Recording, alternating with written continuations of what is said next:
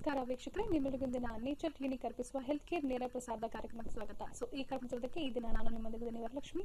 ಹಾಗೇನೆ ನೀವು ಅನ್ಕೊಂಡಿರ್ಬೋದು nature clinic ಅಂದ್ರೆ ಏನು, ಕ್ಲಿನಿಕ್ ಅಲ್ಲಿ ಯಾವ ರೀತಿ ಟ್ರೀಟ್ಮೆಂಟ್ ಕೊಡ್ತಾರೆ, ಸೊ ಇದೆಲ್ಲ ಮಾಹಿತಿ ಕೊಡೋದಕ್ಕೆ ಮೇನ್ ಆಗಿ ಇವತ್ತಿನ ದಿನ ನಿಮ್ಗೆ ಆಕ್ಯುಪಂಚರ್ ಬಗ್ಗೆ ತಿಳಿಸ್ಕೊಡೋದಕ್ಕೆ ನಮ್ಮೊಂದಿಗೆ ಡಾಕ್ಟರ್ ಅರುಣ್ ಅವರು. ಸೊ ಬನ್ನಿ ಅವ್ರನ್ನ ಮನೆಗೆ ಕಾರ್ಯಕ್ರಮವನ್ನು ಮಾಡ್ಕೊಳ್ಳೋಣ.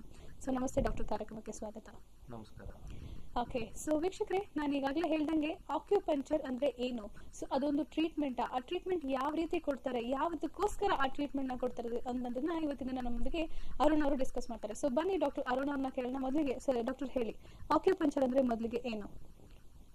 ಖಂಡಿತವಾಗ್ಲು ಆಕ್ಯುಪಂಚರ್ ಅಂತ ಹೇಳಿದ್ರೆ, ಆಕ್ಯು ಅಂತ ಹೇಳಿದ್ರೆ ಸೂಜಿ ಅಂತ ಹೇಳಿ ಅರ್ಥ, ಪಂಚರ್ ಅಂತ ಹೇಳಿದ್ರೆ ಚುಚ್ಚೋದು ಅಂತ ಅರ್ಥ. ಸೊ ಆಕ್ಯುಪಂಚರ್ ಅಂತ ಹೇಳಿದ್ರೆ ಸೂಜಿ ಚುಚ್ಚುವ ಚಿಕಿತ್ಸೆ ಅಂತ ಹೇಳಿ ಅರ್ಥ. ಇಲ್ಲಿ ಏನಾಗುತ್ತೆ ಅಂತ ಹೇಳಿದ್ರೆ, ಆಕ್ಯುಪಂಚರ್ ಸೂಜಿ ಚಿಕಿತ್ಸೆ ಅಂತ ಹೇಳ್ತಿದ್ದಂಗೆ ಜನರಲ್ ಏನ್ ಬರುತ್ತೆ ಅಂತ ಹೇಳಿದ್ರೆ, ಸಿಕ್ಕಾಪಟ್ಟೆ ಸೂಜಿ ಹಾಕ್ತಾರೆ, ಈ ರೀತಿ ಎಲ್ಲ ಮನಸ್ಸಿನಲ್ಲಿ ಬರುತ್ತೆ. ಖಂಡಿತವಾಗ್ಲೂ ಆ ರೀತಿ ಸಿಕ್ಕಾಪಟ್ಟೆ ಸೂಜಿ ಹಾಕೋದು, ಎಲ್ಲಂದ್ರಲ್ಲಿ ಸೂಜಿ ಚುಚ್ಚುವಂಥದ್ದು ಈ ತರದೆಲ್ಲ ಇರೋದಿಲ್ಲ. Acupuncture it's A scientific treatment ಅಂತ ಹೇಳ್ಬೋದು. ಇಲ್ಲಿ ಯಾವುದೇ ರೀತಿಯಾದ ನೋವು ಆಗೋದಿಲ್ಲ. ಸೊ ಆಕ್ಯುಪಂಚರ್ ಅಂತ ಹೇಳಿದ್ರೆ ಸೂಜಿ ಚಿಕಿತ್ಸೆ. ನಾವಿಲ್ಲಿ ಯಾವುದೇ ರೀತಿಯಾದ ಮೆಡಿಕೇಶನ್ಸ್ ಆಗಲಿ ಮೆಡಿಸಿನ್ಸ್ ಆಗಲಿ ಏನೂ ಕೊಡೋದಿಲ್ಲ. ಯಾವುದೇ ರೀತಿಯಾದ ಔಷಧಿ ಹಾಕೋದಂಥದ್ದಾಗಲಿ ಯಾವುದೂ ಇರಲ್ಲ. It's A complete natural treatment. So acupuncture ಅಂತ ಹೇಳಿದ್ರೆ ಸೂಜಿ ಚಿಕಿತ್ಸೆ ಅಂತ ಹೇಳ್ಬೋದು. ಸೊ ಈ ಒಂದು ಚಿಕಿತ್ಸೆನ ಮೇನ್ ಆಗಿ ಯಾವ ರೀಸನ್ಗೋಸ್ಕರ ಮಾಡ್ತೀರಾ ಡಾಕ್ಟರ್?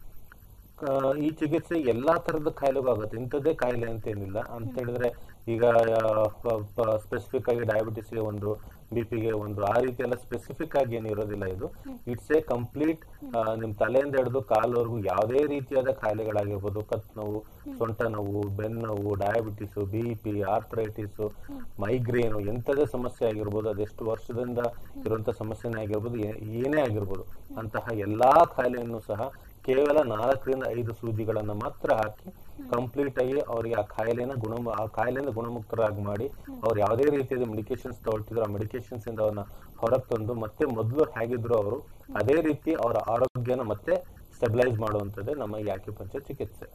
ಓಕೆ ಓಕೆ, ಇದೇನೋ ತುಂಬಾ ಹೊಸದಾಗಿದೆ ಡಾಕ್ಟರ್, ಇದ್ರ ಬಗ್ಗೆ ಕೇಳಬೇಕು ಅಂತ ತುಂಬಾ ಕ್ಯೂರಿಯಾಸಿಟಿ ಇದೆ. ಹಾಗೇನೆ ಮೊದಲದಾಗಿ ಕರೆಸಿದೆ ಅದನ್ನ ನೋಡಲಿಂದ ಮಾಡಿದ್ರೆ ಏನು ಮಾತಾಡ್ತಾರೆ ಅಂತ. ಹಲೋ ಹಲೋ, ನಮಸ್ತೆ. ಓಕೆ, ಸೊ ಡಾಕ್ಟರ್ ನೀವು ಮಾತಾಡುವಾಗ ಹೇಳಿದ್ರಿ ಇದು ಸೂಜಿಯನ್ನ ಕೊಡುವಂತ ಚಿಕಿತ್ಸೆ ಅಂತ. ಸೂಜಿ ಅಂದ್ರೆ ಹೇಗೆ, ಇದ್ರೊಳಗೆ ಸೂಜಿ ಹಾಕ್ತಿರಾ ತುಂಬಾ ಅಥವಾ ಕೆಲವು ಮಾತ್ರೆಗಳು ಹಾಕ್ತಿರಾ, ಹೇಗೆ? ಖಂಡಿತವಾಗ್ಲು ಸೂಜಿ ಚಿಕಿತ್ಸೆ ಅಂತ ಹೇಳ್ತಿದಂಗೆ ಎಲ್ಲರ ಮನಸ್ಸಿನಲ್ಲಿ ಬರುವಂತದ್ದು ಏನು ಅಂತ ಹೇಳಿದ್ರೆ ಇಂಜೆಕ್ಷನ್ ಅಂತ ಅಂದ್ಕೊಳ್ತಾರೆ. ಅಂತ ಹೇಳಿದ್ರೆ ಇವರೇನು ಇಂಜೆಕ್ಷನ್ ಕೊಡ್ತಾರಪ್ಪ ಅನ್ನೊಂದು ಮನಸ್ಸಿನಲ್ಲಿ ಬರುತ್ತೆ, ಆತಂಕ ಬರುತ್ತೆ. ಖಂಡಿತವಾಗ್ಲು ಇಂಜೆಕ್ಷನ್ಗೂ ನಮ್ಮ ಒಂದು ಸೂಜಿ ಚಿಕಿತ್ಸೆಗೂ ಎಲ್ಲಿಂದ ಎಲ್ಲಿಗೂ ಕಂಪ್ಯಾರಿಸನ್ ಇಲ್ಲ. ಅದಕ್ಕೂ ಇದಕ್ಕೂ ಕಂಪೇರ್ ಮಾಡ್ತು ಅಂತ ಹೇಳಿದ್ರೆ ಆ ಸೂಜಿ ಇರುವಂತ ದಪ್ಪಕ್ಕೂ ನಮ್ಮ ಸೂಜಿಲಿ ಇರುವಂತ ದಪ್ಪಕ್ಕೆ ಥಿಕ್ನೆಸ್ಗೂ ತುಂಬಾ ವ್ಯತ್ಯಾಸ ಇದೆ. ಅಂತ ಹೇಳಿದ್ರೆ ನಮ್ದು ತುಂಬಾನೇ ತೆಳುವಾದ ಸೂಜಿ ಅಂತ ಹೇಳ್ಬೋದು. ಮತ್ತೆ ಇದರಲ್ಲಿ ಯಾವುದೇ ರೀತಿಯಾದ ಸೂಜಿಲಿ ಫೋರ್ಸ್ ಇರೋದಿಲ್ಲ. ಅಂತ ಹೇಳಿದ್ರೆ ಇಲ್ಲಿ ಯಾವುದೇ ರೀತಿಯಾದ ಔಷಧಿ ಆಗ್ಲಿ ಏನು ನಮ್ಮ ಒಂದು ಸೂಜಿಲಿ ಇರೋದಿಲ್ಲ, ಪ್ಲೇನ್ ನೀಡಲ್ಸ್ ಇರುತ್ತೆ. ಮತ್ತೆ ಹಾಗೇನೆ ನಾವು ಹಲವಾರು ಸೂಜಿ ಅಂತ ಹೇಳಿದ್ರೆ ಒಬ್ಬ ವ್ಯಕ್ತಿ ಬಂದಾಗ ಅವ್ರು ಬರೀ ಕೇವಲ ಇವಾಗ ಒಬ್ಬ ವ್ಯಕ್ತಿ ಬರ್ತಾರೆ, ನನಗೆ ಬರೀ ಮೈಗ್ರೇನ್ ಸಮಸ್ಯೆ ಮಾತ್ರ ಇದೆ ಅಂತ ಹೇಳಿದಾಗ ಅವರಿಗೆ ಮ್ಯಾಕ್ಸಿಮಮ್ ಅಂತ ಹೇಳಿದ್ರೆ 4ರಿಂದ 5 ಸೂಜಿ ಹಾಕ್ಬೋದು. ಅದೇ ಒಬ್ಬ ವ್ಯಕ್ತಿ ನನಗೆ ಮೈಗ್ರೇನ್ ಇದೆ, ಡಯಾಬಿಟಿಸ್ ಇದೆ, ಬಿಪಿ ಇದೆ ಅಂತ ಹೇಳಿ ಮಲ್ಟಿ ಪ್ರಾಬ್ಲಮ್ ಹೇಳ್ತಾರೆ. ಅಂತಹ ಸಂದರ್ಭಗಳಲ್ಲಿ it may extend up to 10 needles ಅಂತ ಹೇಳ್ತೀವಿ. ಸೊ 5 to 10 ನೀಡಲ್ಸ್ ಮಾತ್ರ ಹಾಕುವಂಥದ್ದು ತುಂಬಾ ತೆಳುವಾಗಿರುತ್ತೆ. ಮತ್ತೆ ಯಾವುದೇ ಕಾರಣಕ್ಕೂ ನಾವು ನರಗಳಿಗೆ ಚುಚ್ಚುವಂಥದ್ದಾಗ್ಲಿ ಬೇರೆ ಆ ರೀತಿ ತುಂಬಾ ಸೂಜಿ ಹಾಕುವಂಥದ್ದಾಗ್ಲಿ ಈ ತರದೆಲ್ಲ ಮಾಡೋದಿಲ್ಲ. ಸೊ ಈ ಒಂದು ಸೂಜಿ ಹಾಕಿನೇ ಸಹ ಆ ಎಲ್ಲಾ ತರದ ಕಾಯಿಲೆಗಳನ್ನು ಸಹ ಅವ್ರ ಅದರಿಂದ ಹೊರಗೆ ಬಂದು ಮತ್ತೆ ಗುಣಮುಖರಾಗಿ ಮಾಡಬಹುದು. ಸೊ ಇಲ್ಲಿ ನಮ್ಮ ಸೂಜಿ ಚಿಕಿತ್ಸೆ ಅಂತ ಹೇಳಿದ್ರೆ ಯಾವುದೇ ರೀತಿಯಾದ ಮೆಡಿಕೇಶನ್ಸ್ ಇರೋದಿಲ್ಲ, ಯಾವುದೇ ರೀತಿಯಾದ ಮೆಡಿಸಿನ್ಸ್ ಕೊಡೋದಿಲ್ಲ, ಪ್ಲೇನ್ ನೀಡಲ್ಸ್ ಹಾಕ್ಬಿಟ್ಟು ಅವರಿಗೆ ಅವ್ರ ಆರೋಗ್ಯನ ಸರಿ ಆಗುವಂಗೆ ಮಾಡುವಂಥದ್ದು. ಓಕೆ ಓಕೆ ಡಾಕ್ಟರ್ ಸರ್, ಕರೆಸಿದ್ದು ನೋಡೋಣ. ಹಲೋ ಹಲೋ, ನಮಸ್ತೆ. ಹಲೋ ನಮಸ್ತೆ ಮಾ. ಮೇಡಮ್ ಇದು ಎಲ್ಲಿ ಬರುತ್ತೆ ಕ್ಲಿನಿಕ್ ಇದು? ಮೇಡಮ್ ಸ್ಕ್ರೀನ್ ಮೇಲೆ ಬರ್ತಿದೆ, ನಮ್ ಅಡ್ರೆಸ್ ಗೊತ್ತಾಗ್ತಿದ್ಯಾ ಕೆಳಗಡೆ ಸ್ಕ್ರಾಲ್ ಅಲ್ಲಿ? ಗೊತ್ತಾಗ್ತಾ ಇದೆ. ಓಕೆ, ಮಾತಾಡ್ಬೇಕಾ ಡಾಕ್ಟರ್ ಒಂದಿಗೆ ನೀವು? ಹಲೋ ಹಲೋ, ಡಾಕ್ಟರ್ ಹತ್ರ ಮಾತಾಡ್ಬೇಕಲ್ಲ? ಹೌದು ಕೊಡಿ. ನಿಮ್ ಹೆಸರು ಹೇಳಿ ಮಾ. ಹಲೋ, ನಿಮ್ ಹೆಸರು ಹೇಳಿ, ಟಿವಿ ಮ್ಯೂಟ್ ಮಾಡಿ ಫಸ್ಟ್. ಹಲೋ ಹೇಳಿ. ಹಲೋ. ಓಕೆ, ಸೊ ವೀಕ್ಷಕರು ದಯವಿಟ್ಟು ಕಾರ್ಯಕ್ರಮಕ್ಕೆ ಕರೆ ಮಾಡುವ ಟಿವಿ ವಾಲ್ಯೂಮ್ ಕಂಪ್ಲೀಟ್ ಆಗಿ ಮ್ಯೂಟ್ ಮಾಡಿ ನೆಟ್ವರ್ಕ್ ಅಂತ ಜಾಗದಲ್ಲಿ ನಿಂತ್ಕೊಂಡು ಕರೆ ಮಾಡಿ ಮಾತಾಡಿ. ಮೊದಲಿಗೆ ಟಿವಿ ವಾಲ್ಯೂಮ್ ಮ್ಯೂಟ್ ಮಾಡಲಿ ಅಂದ್ರೆ ಖಂಡಿತವಾಗ್ಲೂ ಕಾರ್ಯಕ್ರಮದಲ್ಲಿ ಕರೆ ಕಟ್ ಆಗುತ್ತೆ ಅಂತ ಹೇಳ್ತಾ, ಡಾಕ್ಟರ್ ನಾವೀಗ ಆಕ್ಯುಪಂಚರ್ ಬಗ್ಗೆ ಮಾತಾಡ್ತೀವಿ. ಈ ಆಕ್ಯುಪಂಚರ್ ಅನ್ನೋ ಟ್ರೀಟ್ಮೆಂಟ್ ಹೊಸದಾಗಿ ಬಂದಿರುವಂತಹ ಟ್ರೀಟ್ಮೆಂಟ್ ಹೇಗೆ? ಇಲ್ಲಿ ಎಲ್ಲರೂ ಏನ್ ಅನ್ಕೊಳ್ತಾರೆ ಅಂತ ಹೇಳಿದ್ರೆ ದಿನನಿತ್ಯ ಹಲವಾರು ಟ್ರೀಟ್ಮೆಂಟ್ಗಳನ್ನ ನೋಡ್ತಿರ್ತಾರೆ. ಸೊ ಹಾಗಾಗಿ ಈ ಒಂದು ಆಕ್ಯುಪಂಚರು ಸಹ ಇದು ಏನೋ ಹೊಸದಾದ ಒಂದು ಟ್ರೀಟ್ಮೆಂಟ್ ಏನು ಅಂತ ಅಂದ್ಕೊಂಡಿದ್ದಾರೆ. ಖಂಡಿತವಾಗ್ಲೂ ಇದು ಹೊಸದಾದ ಟ್ರೀಟ್ಮೆಂಟ್ ಅಲ್ಲ. ಇದಕ್ಕೆ ಇದರದೇ ಆದ ಒಂದು ಇತಿಹಾಸ ಇದೆ ಅಂತ ಹೇಳಿದ್ರೆ 8,000 ವರ್ಷದ ಇತಿಹಾಸ ಇದೆ ನಮ್ಮ ಈ ಆಕ್ಯುಪಂಚರ್ಗೆ.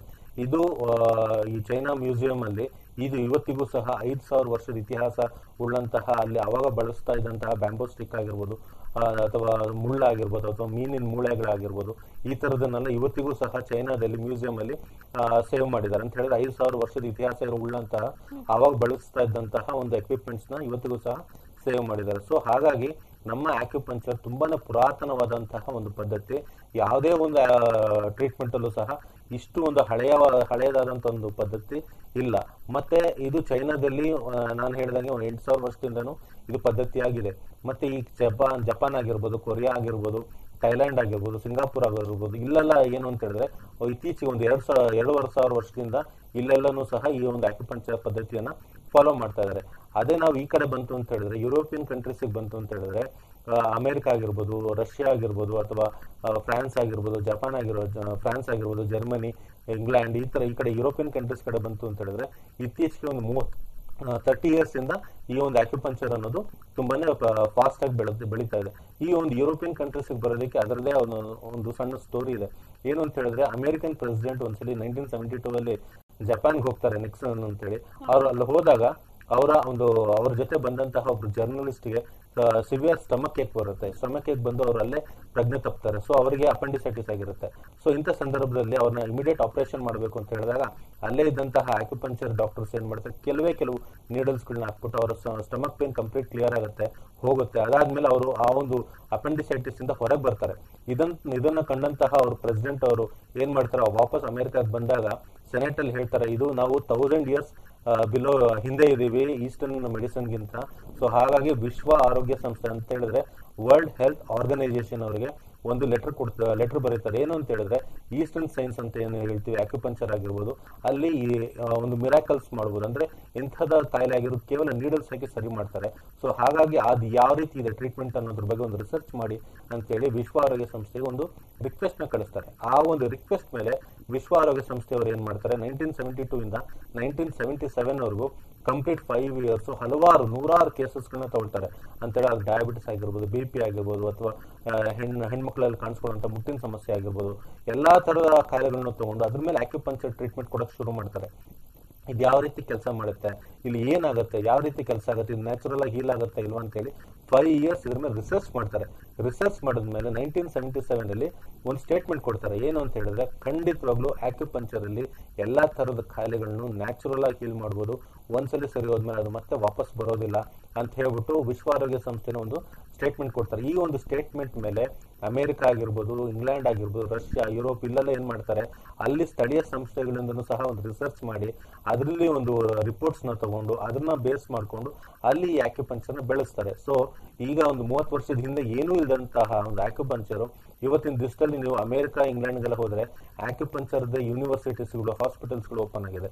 ಸೊ ಹಾಗಾಗಿ ಜನ ಅಲ್ಲಿ ತುಂಬಾನೇ ರಿಸೀವ್ ಮಾಡ್ತಿದ್ದಾರೆ ನಮ್ಮ ಈ ಆಕ್ಯುಪಂಚರ್ ನ. ಏನಕ್ಕೆ ಅಂತ ಹೇಳಿದ್ರೆ ಅವ್ರಿಗೆ ಗೊತ್ತು, ಇಲ್ಲಿ ಯಾವುದೇ ರೀತಿಯಾದ ಮೆಡಿಸಿನ್ಸ್ ಕೊಡೋದಿಲ್ಲ, ಯಾವುದೇ ರೀತಿಯಾದ ಸೈಡ್ ಎಫೆಕ್ಟ್ಸ್ ಇರೋದಿಲ್ಲ, ನ್ಯಾಚುರಲ್ ಆಗಿ ಎಂತದೇ ಕಾಯಿಲೆ ಆಗಿದೋ ಅದನ್ನ ನಾವು ಹೊರಗೆ ಬರ್ಬೋದು ಅಂತ ಹೇಳಿ. ಸೊ ನಮ್ಮ ಭಾರತ ದೇಶದಲ್ಲಿ ಇತ್ತೀಚೆಗೆ ಒಂದು 10 ವರ್ಷದಿಂದ ಇದು ಆಕ್ಯುಪಂಚರ್ ಅನ್ನೋದು ಬೆಳೀತಾ ಇದೆ. ಈಗ ಒಂದು 2 ವರ್ಷದಿಂದ ತುಂಬಾ ಫಾಸ್ಟ್ ಆಗಿ ಬೆಳೀತಿದೆ ಅಂತ ಹೇಳ್ಬೋದು. ಡಾಕ್ಟರ್, ನೀವು ಸೂಜಿ ಅಂತ ಸಾಕಷ್ಟು ವಿಚಾರವನ್ನ ಮಾತಾಡ್ತಾ ಇದ್ದೀರಾ. ಹಾಗೇನೆ ಈ ಸೂಜಿಯಲ್ಲಿ ಅಂತದ್ದು ಏನಿದೆ, ಸೂಜಿಯಲ್ಲಿ ಏನಾದ್ರೂ ನೀವು ಮೆಡಿಸಿನ್ಸ್ ಹಾಕಿ ಚುಚ್ತೀರಾ ಅಥವಾ ಅಷ್ಟೇನಾ, ಬರೀ ಸೂಜಿಯಲ್ಲಿ ಹೇಗೆ? ಇಟ್ಸ್ ಎ ಪ್ಲೇನ್ ಸೂಜಿ. ನಾನು ಹೇಳ್ದಂಗೆ ಆಗ್ಲೇ ಅದ್ರ ಯಾವುದೇ ರೀತಿಯಾದ ನಾವು ಮೆಡಿಸಿನ್ಸ್ ನ ಹಾಕೋದಿಲ್ಲ. ಸೂಜಿ ಹಾಕ್ತಂಗೆ ಏನಪ್ಪ ಒಂದು ಸೂಜಿ ಅದ್ ಯಾವ ರೀತಿ ಕೆಲಸ ಮಾಡುತ್ತೆ ಅಂತ ಹೇಳ್ಬೇಕು ಅಂತ ಹೇಳಿದ್ರೆ ಮೇನ್ ಆಗಿ ನಾವು ಆಕ್ಯುಪಂಚರ್ ಹೇಗೆ ಕೆಲಸ ಮಾಡುತ್ತೆ ಅಂತ ಹೇಳ್ಬೇಕು ನಾನು ನಿಮಗೆ. ಸೊ ಇಲ್ಲಿ ಆಕ್ಯುಪಂಚರ್ ಕೆಲಸ ಮಾಡಬೇಕು ಅಂತ ಹೇಳಿದ್ರೆ ನಮ್ಮ ಆರ್ಗನ್ಸ್ ಅಲ್ಲಿ ಅದರದೇ ಆದ ಒಂದು ಎನರ್ಜಿ ಇರುತ್ತೆ. ಈಗ ಫಾರ್ ಎಕ್ಸಾಂಪಲ್ ಹೇಳ್ಬೇಕು ಅಂದ್ರೆ ನಾವು ಒಂದು ಬೀಜನ ಭೂಮಿಲಿ ಹಾಕ್ತಿದ್ದಂಗೆ ಅದು ಸಸ್ಯಾಗಿ ಮರ ಆಗುತ್ತೆ. ಹೇಗಾಗತ್ತೆ ಅಂತ ಹೇಳಿದ್ರೆ ಆ ಒಂದು ಬೀಜದಲ್ಲಿ ಬಯೋ ಎನರ್ಜಿ ಅನ್ನೋದಿರುತ್ತೆ. ಸೊ ಹಾಗೇನೆ ಒಬ್ಬ ಮನುಷ್ಯನಲ್ಲೂ ಸಹ ಅವನದೇ ಆದ ಒಂದು ಎನರ್ಜಿ ಇರುತ್ತೆ, ಆರ್ಗನ್ಸ್ಗೆ ಅದರದೇ ಆದ ಒಂದು ಎನರ್ಜಿ ಇರುತ್ತೆ. ಆ ಎನರ್ಜಿ ಎಲ್ಲ ಕರೆಕ್ಟ್ ಆಗಿದ್ದಾಗ ಮಾತ್ರ ಅವನು ಆರೋಗ್ಯವಾಗಿರೋದಕ್ಕೆ ಸಾಧ್ಯ ಆಗುತ್ತೆ. ಸೊ ಸೊ ಹಾಗಾಗಿ ಆ ಎನರ್ಜಿ ಅನ್ನೋದು ಏನಿರುತ್ತಲ್ಲ ಅದು ಫ್ಲೋ ಆಗ್ತಾ ಇರುತ್ತೆ ನಮ್ಮ ದೇಹದಲ್ಲಿ 24/7 ಆ ಎನರ್ಜಿ ಅನ್ನೋದು ಫ್ಲೋ ಆಗ್ತಾ ಇರುತ್ತೆ. ಅದು ಫ್ಲೋ ಆಗುವಂತ ಜಾಗನ ನಾವು ಮೆರಿಡಿಯನ್ ಚಾನಲ್ಸ್ ಅಂತ ಹೇಳ್ತೀವಿ, ಅಂದ್ರೆ ಎನರ್ಜಿ ಫ್ಲೋ ಆಗುವಂತ ಜಾಗ ಅಂತ ಹೇಳ್ತೀವಿ. ಸೊ ಇಲ್ಲಿ ಎನರ್ಜಿ ಕರೆಕ್ಟ್ ಆಗಿ ಫ್ಲೋ ಆಗ್ತಾ ಇರ್ಬೇಕು ದೇಹದಲ್ಲಿ, ಆವಾಗ ಆ ವ್ಯಕ್ತಿಗೆ ಯಾವುದೇ ರೀತಿಯಾದ ಕಾಯಿಲೆಗಳು ಬರಲ್ಲ. ಫಾರ್ ಎಕ್ಸಾಂಪಲ್ ಹೇಳಬೇಕು ಅಂದ್ರೆ ಲಿವರ್ ಅಲ್ಲಿ ಏನಾದ್ರೂ ಎನರ್ಜಿ ವ್ಯತ್ಯಾಸ ಆದಾಗ ಅದಕ್ಕೆ ಸಂಬಂಧಪಟ್ಟಂತಹ ಕಾಯಿಲೆಗಳು ಕಾಣಿಸ್ಕೊಳ್ಳುತ್ತೆ. ಅಂದ್ರೆ ಕಣ್ಣಿನ ಸಮಸ್ಯೆ ಆಗಿರ್ಬೋದು, ಒಬೇಸಿಟಿ ಆಗಿರ್ಬೋದು, ಗ್ಯಾಸ್ಟ್ರೈಟಿಸ್ ಆಗಿರ್ಬೋದು, BP ಆಗಿರ್ಬೋದು, ಅಥವಾ ಡಯಾಬಿಟಿಸ್ ಆಗಿರ್ಬೋದು, ಅಥವಾ ಲಿವರ್ ಸಿರೋಸಿಸ್ ಅಂತ ಹೇಳ್ತೀವಿ ಅದಾಗಿರ್ಬೋದು. ಈ ರೀತಿ ಹಲವಾರು ಕಾಯಿಲೆಗಳು ಲಿವರ್ ಅನ್ನೋ ಒಂದು ಆರ್ಗನ್ ಅಲ್ಲಿ ಎನರ್ಜಿ ವ್ಯತ್ಯಾಸ ಆದಾಗ ಕಾಣಿಸ್ಕೋಬಹುದು. ಸೊ ಹಾಗಾಗಿ ನಾವಿಲ್ಲಿ ಯಾವುದೇ ರೀತಿಯಾದ ಕಾಯಿಲೆಗೆ ಟ್ರೀಟ್ ಮಾಡಲ್ಲ. ಮೊದಲನೇದಾಗಿ ಆ ವ್ಯಕ್ತಿ ಬರ್ತಿದ್ದಂಗೆ ಅವರ ನಾಡಿ ನೋಡ್ತೀವಿ, ನಾಲಿಗೆಯನ್ನ ನೋಡ್ತೀವಿ, ಮತ್ತೆ ಅವರ ಸಿಂಪ್ಟಮ್ಸ್ ನ ತಗೊಳ್ತೀವಿ, ಅವರ ಫಿಸಿಕಲ್ ಅಪಿಯರೆನ್ಸ್ ಹೇಗಿದೆ ಅಂತ ತಗೊಳ್ತೀವಿ. ಇದನ್ನ ತಗೊಳ್ತಿದ್ದಂಗೆ ಯಾವ ಆರ್ಗನ್ ಅಲ್ಲಿ ಎನರ್ಜಿ ವ್ಯತ್ಯಾಸ ಆಗಿದೆ ಅನ್ನೋದು ನಮಗೆ ಗೊತ್ತಾಗುತ್ತೆ. ಸೊ ಅದಕ್ಕೆ ಸಂಬಂಧಪಟ್ಟಂತ ಎನರ್ಜಿ ಫ್ಲೋ ಆಗುತ್ತಲ್ಲ ಮೆರಿಡಿಯನ್ ಚಾನಲ್ಸ್ ಅಂತ ಹೇಳಿದ್ನಲ್ಲ, ಅಲ್ಲಿ ಆಕ್ಯೂ ಪಾಯಿಂಟ್ಸ್ ಇರುತ್ತೆ ಅಂತ ಹೇಳಿದ್ರೆ ಬಿಂದುಗಳು, ಆಕ್ಯೂ ಬಿಂದುಗಳು ಅಂತ ಹೇಳ್ತೀವಿ. ಅಲ್ಲಿ ಯಾವ್ದನ್ನ ಹಾಕ್ಬೇಕು, ಇವಾಗ ಎನರ್ಜಿ ಜಾಸ್ತಿ ಆಗಿದೆಯಾ, ಕಮ್ಮಿ ಆಗಿದೆಯಾ, ಅಥವಾ ಎನರ್ಜಿ ಇಲ್ವೇ ಇಲ್ವಾ ಅನ್ನೋದನ್ನ ನಮ್ಗೆ ಐಡೆಂಟಿಫೈ ಮಾಡ್ಕೊಂಡು ಅದಕ್ಕೆ ಸ್ಪೆಸಿಫಿಕ್ ಆಕ್ಯೂ ಪಾಯಿಂಟ್ಸ್ ಇರುತ್ತೆ, ಅಲ್ಲಿ ನಾವು ಸೂಜಿನ ಹಾಕ್ತಿವಿ. ಸೂಜಿನ ಹಾಕ್ತಿದ್ದಂಗೆ ಆ ಬಿಂದುವಿಂದ ಆ ಆರ್ಗನ್ಗೆ ಎನರ್ಜಿ ಸಪ್ಲೈ ಆಗುತ್ತೆ, ಅಥವಾ ಎಕ್ಸಸ್ ಎನರ್ಜಿ ಇದ್ರೆ ಅಲ್ಲಿಂದ ಎನರ್ಜಿ ಡ್ರಾ ಆಗುತ್ತೆ. ಸೊ ಅಲ್ಲಿಂದ ಏನಾಗುತ್ತೆ, ಕಂಪ್ಲೀಟ್ ಆಗಿ ಲಿವರ್ ಅಲ್ಲಿ ಎನರ್ಜಿ ಬ್ಯಾಲೆನ್ಸ್ ಆಗುತ್ತೆ. ಒಂದ್ಸಲಿ ಲಿವರ್ ಅಲ್ಲಿ ಎನರ್ಜಿ ಬ್ಯಾಲೆನ್ಸ್ ಆದ್ಮೇಲೆ ಆಟೋಮೆಟಿಕ್ ಆಗಿ ಅವ್ರು ಏನ್ ಕಾಯಿಲೆಯಿಂದ ಸಫರ್ ಮಾಡ್ತಿದ್ರು ಆ ಕಾಯಿಲೆನ ವಾಪಸ್ ಹೊರಗೆ ಬರ್ತಾರೆ, ಕಾಯಿಲೆನ ಸಂಪೂರ್ಣವಾಗಿ ಹೊರಗೆ ಬರ್ತಾರೆ. ಹಾಗಾಗಿನೇ ಸೂಜಿ ಅಂತಹ ಒಂದು ಕೆಲಸ ಮಾಡುತ್ತೆ ಅಂತ ಹೇಳಿದ್ರೆ ಇದೇ ಅದರಲ್ಲಿ ಇರುವಂತಹ ಒಂದು ಲಾಜಿಕ್. ಎನರ್ಜಿನ ಬ್ಯಾಲೆನ್ಸ್ ಮಾಡ್ತಿದ್ದಂಗೆ ಅದು ಎಂತದೇ ಕಾಯಿಲೆ ಆಗಿರ್ಬೋದು ಅದರಿಂದ ಅವರು ಪರ್ಮನೆಂಟ್ ಆಗಿ ಹೊರಗೆ ಬರ್ತಾರೆ. ಓಕೆ, ಸೊ ವೀಕ್ಷಕರೇ, ಕಾರ್ಯಕ್ರಮ ನೋಡ್ತಾ ಇದ್ದೀರಾ. ಹೊಸದಾಗಿರುವಂತಹ ಒಂದು ಟ್ರೀಟ್ಮೆಂಟ್ ಅಂತ ನಮಗನ್ನಿಸಿದೆ, ಆದ್ರೆ ಆ ಟ್ರೀಟ್ಮೆಂಟ್ ಇಂದಿನ ಮಾಹಿತಿ ಸಾಕಷ್ಟು ಇದಾವೆ.